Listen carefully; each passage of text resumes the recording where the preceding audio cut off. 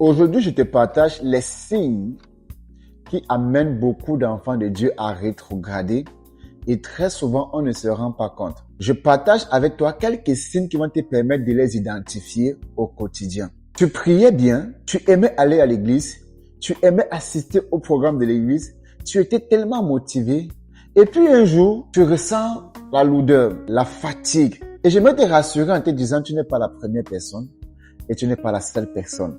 Ça arrive à presque tout le monde. Il n'y a pas, à ma connaissance, il n'y a pas un enfant de Dieu qui n'est pas passé par là.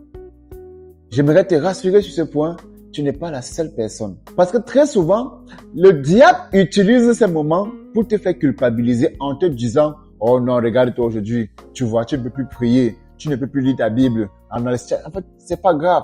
Et lorsque tu accordes du crédit à ces pensées, tu es en train de descendre tout doucement. Tu es en train d'éteindre ta flamme. Tu es en train de tuer ta vie spirituelle à petit feu sans t'en rendre compte.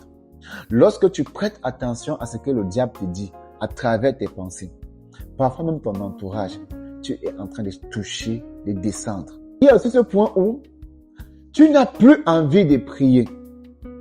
En fait, les forces physiques ne sont plus là. Au fond de toi, tu aimerais bien prier, mais à l'intérieur, en fait, tu ressens une lourdeur, tu ressens un détachement, tu ressens une froideur. Bien-aimés frères et sœurs, j'aimerais encore te rassurer que tu n'es pas la seule personne. Tu n'es pas la première personne et tu ne seras pas la dernière personne. Mais il faut savoir que lorsque tu vis ces moments, c'est là où même quand tu n'as pas envie de prier, tu dois te lever pour prier. Oui. J'aime souvent dire, ne prie pas quand tu sens l'envie de prier. Ne lis pas ta Bible quand tu sens l'envie de lire ta Bible. J'aime souvent dire ça à mes frères. N'attends pas le moment favorable où tu te sens vraiment confiant, tu te sens à l'aise. Pourquoi? Tout le monde peut tout faire quand il se sent motivé. Tout le monde peut tout faire quand il se sent motivé. Oui.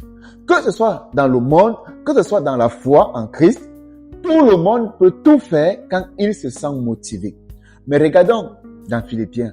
L'apôtre Paul nous fait comprendre que je puis tout par celui qui me fortifie. Ça veut dire quoi? Il se retrouve à un moment où il n'a plus de force. Il se retrouve fatigué, épuisé, abattu. Où tout ce dont il a besoin, c'est un repos.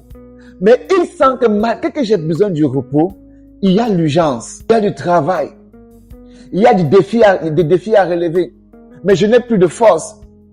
Lorsque tu comptes sur tes capacités, tu ne peux rien faire pour Dieu. Lorsque tu comptes sur ton intelligence, tu ne peux rien accomplir pour le Seigneur. Même lorsque tu cries à Dieu, Seigneur, délivre-moi du péché.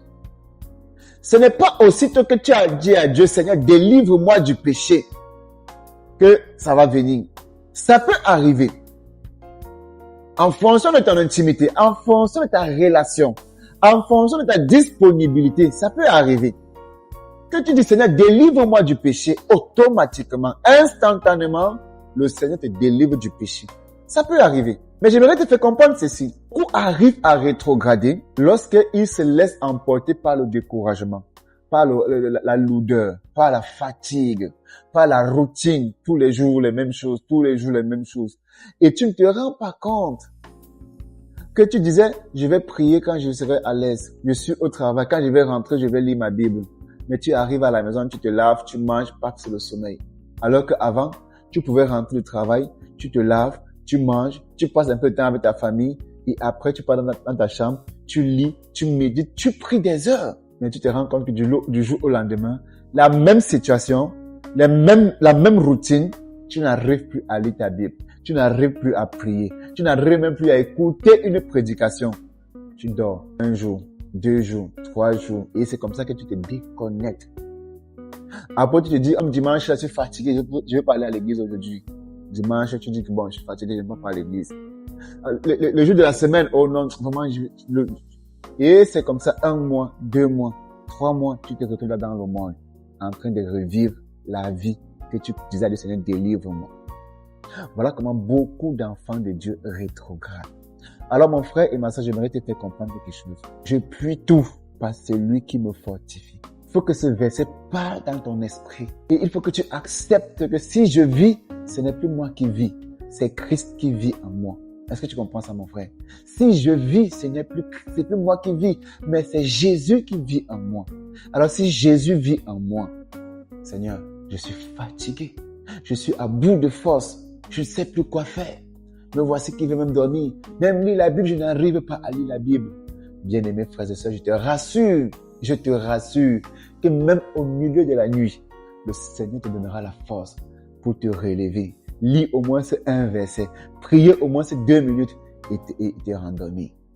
Bien-aimés frères et sœurs, ne laisse pas le diable détruire ta vie. Porte-toi bien.